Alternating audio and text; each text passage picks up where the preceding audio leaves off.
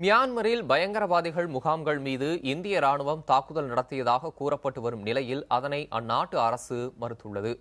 இருநாட்டு எல்லையில் இந்திய பகுதியிலேயே பயங்கரவாதிகள் மீது இந்திய ராணுவம் தாக்குதல் நடத்தியதாக மியான்மர் தெரிவித்துள்ளது.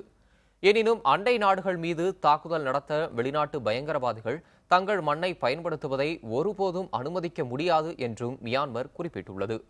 இம்மாதம் 4ஆம் தேதி மணிப்பூரில் இந்திய ராணுவ வீரர்கள் 18 பேரை கொன்ற பயங்கரவாதிகள் அண்டை நாடான மியான்மரில் பதுங்கியிருப்பதாக ராணுவத்திற்கு தகவல் கிடைத்ததாகவும் அவர்கள் தங்கியிருந்த முகாம்கள் மீது தாக்குதல் நடத்த பிரதமர் நரேந்திர மோடி 7ஆம் தேதி அனுமதி அளித்ததாகவும் தகவல் வெளியானது.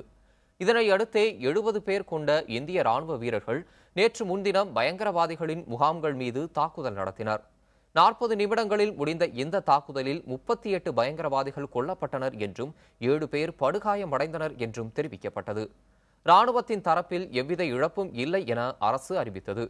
வெளிநாட்டு மண்ணில் இந்திய ராணுவம் மேற்கொண்ட அதிரடி நடவடிக்கையை மத்திய அமைச்சர்கள் பலரும் பாராட்டினர். இந்நிலையில் தங்கள் மண்ணில் இந்த தாக்குதல் நடைபெறவில்லை என்று மியான்மர் கூறியுள்ளது.